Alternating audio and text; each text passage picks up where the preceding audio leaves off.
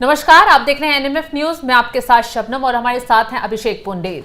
UP BJP में सब कुछ ठीक नहीं चल रहा है। केशव प्रसाद मौर्य ने बीते कई दिनों से यूपी के बीजेपी के बड़े बड़े नेताओं से अपने घर पर मुलाकात कर रहे हैं। उन्होंने संजय निषाद से मुलाकात की, राजभर से मुलाकात की और योगी को घेरने की कोशिश की, जिससे सवाल उठने लगा क्या केशव प्रसाद मौर्य योगी आदित्यनाथ के खिलाफ कोई लॉबी तैयार कर रहे हैं या फिर कुछ बड़ा फैसला लेने वाले हैं। इसी बीच अब सपा ने भी इस विवाद में कूदने की कोशिश कर दी है। सपा नेता ने दावा कर, आईपी सिंह है, उन्होंने दावा कर दिया है कि केशव प्रसाद मौर्य बीजेपी छोड़ने वाले हैं, चाहे वो विधानसभा सत्र से पहले छोड़ें या बाद में, लेकिन बीजेपी में एक बड़ा भूचाल आएगा। अंत की शुरुआत हो चुकी है।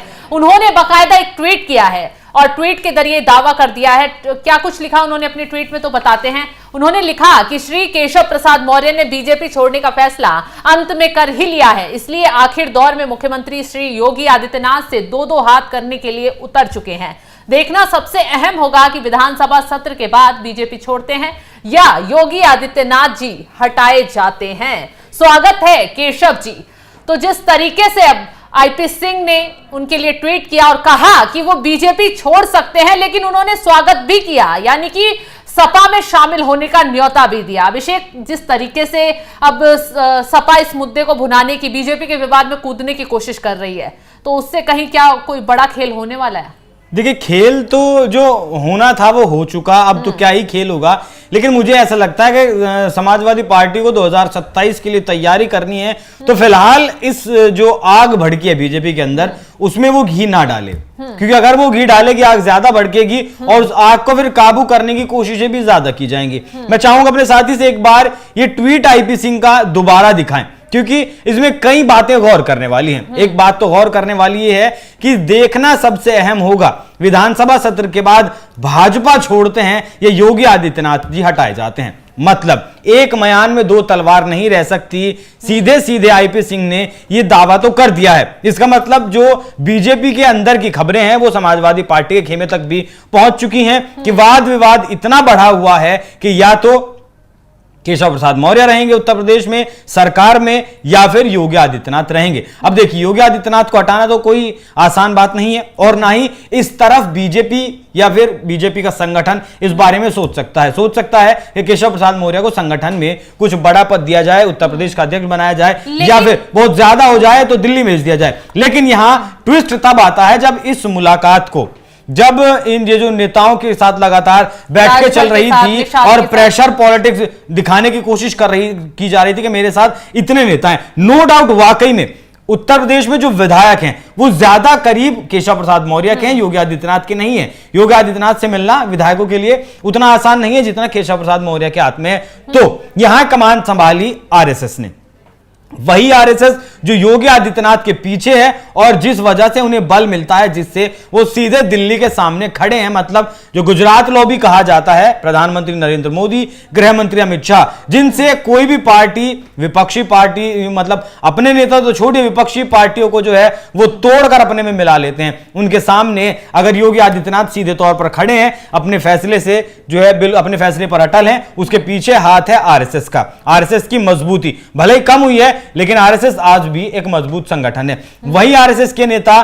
बातचीत करने के लिए केशव प्रसाद मौर्य के घर पहुंचते हैं। अब आप समझिए कि मामला कितना गंभीर है। ये कुछ तस्वीरें हैं जो केशव प्रसाद मौर्य ने साझा की हैं, विधायकों के साथ मुलाकात की, सुरेश पासी, महेंद्र सिंह खड़गवंशी जी, पूर्व विधायक महिपाल सिंह, कुछ और भी ट्वीट्स केशव प्रसाद मौर्य ने किए हैं जिनमें और नेताओं के साथ तस्वीरें साझा की है, जिसमें मनीष रावत जी, आशुतोष मौर्य जी, श्री सुरेंद्र चौधरी पूर्व राज्यसभा सांसद, श्री जुगल किशोरी जी पूर्व। इसमें ज्यादातर वही नेता थे जो ओबीसी वोट बैंक को मतलब ज्यादा अपने उसमें पाले में रखते हैं, चाहे राजभर हो चाहे निषाद हो।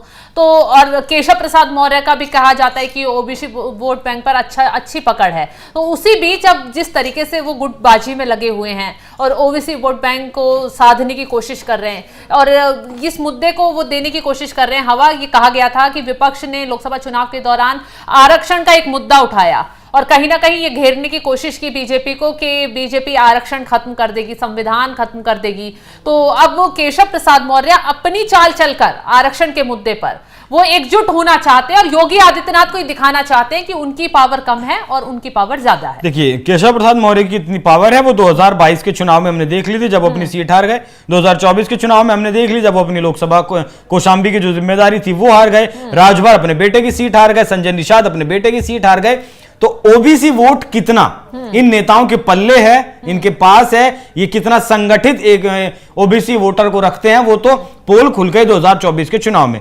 अब उत्तर प्रदेश ने 2024 के चुनाव की उत्तर प्रदेश की राजनीति ने एक अलग करवट ली है शबनम, और वो ये ली है कि जाति आधारित या तो समीकरण बीजेपी और एनडीए नहीं बना पाया, या फिर दूसरी बात यह हो सकती है कि वोटर अब जातिगत आधार पर वोट करने के लिए तैयार नहीं है। वो वही वोट करेगा जहां उसे फायदा दिखाई देगा। मतलब जिस तरीके से आरक्षण का मुद्दा कह लें या फिर बीजेपी से नाराजगी कह लें कि समाजवादी पार्टी और अखिलेश यादव राहुल गांधी के गठबंधन को इस बार के 2024 के चुनाव में वोट ट्रांसफर हुआ और समाजवादी पार्टी सबसे बड़ी पार्टी बनकर उभरी 37 सीटों के साथ, और यही अब उनकी जो है ताकत दिखाता है कि आईपी सिंह ने दावा कर दिया कि स्वागत है केशव प्रसाद मौर्य जी। तो मतलब समाजवादी पार्टी में सवाल यह भी उठता है कि समाजवादी पार्टी में क्या केशव प्रसाद मौर्य जाएंगे, लेकिन अगर केशव प्रसाद मौर्य समाजवादी पार्टी में जाने का फैसला करते हैं या फिर सोचते भी हैं तो ये उनकी राजनीतिक करियर का, राजनीतिक जीवन का सबसे गलत और विभत्स फैसला होगा, क्योंकि उसके बाद जो फिलहाल मौजूदा वक्त में बीजेपी संगठन में कमाया है केशव प्रसाद मौर्य ने, वो सब कुछ एक झटके में ध्वस्त हो जाएगा। खास बात यह भी है कि उन्हें पता है वोट उनके पास नहीं है, वोट होते तो वो जीत जाते।